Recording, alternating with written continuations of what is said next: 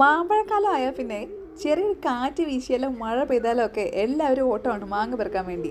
ഞങ്ങളങ്ങനെ മാമ്പഴം പെറുക്കിയെടുത്ത് സൂക്ഷിച്ചു വെച്ചതിനെ ഒരു ജാമാക്കി മാറ്റാൻ പോകണേ. ആദ്യം മാങ്ങ മിക്സിയിൽ നന്നായിട്ട് അടിച്ചെടുത്ത മാങ്ങയെ നമ്മൾ അടുപ്പിൽ വെച്ച് വരട്ടി എടുക്കാൻ പോയത് കുറച്ച് സമയം എടുക്കും. പക്ഷെ നല്ല ടേസ്റ്റ് ഉള്ളൊരു സംഭവം കേട്ടോ.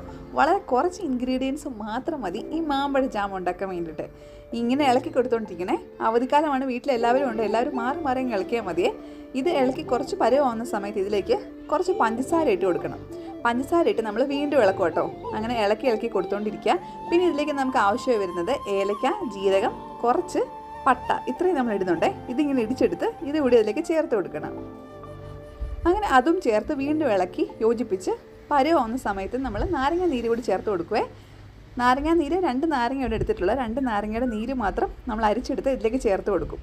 അതോടെ കഴിയുമ്പോൾ പരിപാടി കഴിഞ്ഞു. പിന്നെ വീണ്ടും ഒന്ന് ഇളക്കി യോജിപ്പിച്ച് ജാം പരുവാകുന്ന സമയത്ത് നമുക്കിത് നിർത്താം. പിന്നെ നമുക്കിത് അടയുടെ കൂടെയോ റൊട്ടിയുടെ കൂടെയോ അങ്ങനെ പല രീതിയിൽ ഇത് ഉപയോഗിക്കാം. സൂപ്പർ ടേസ്റ്റാണ്.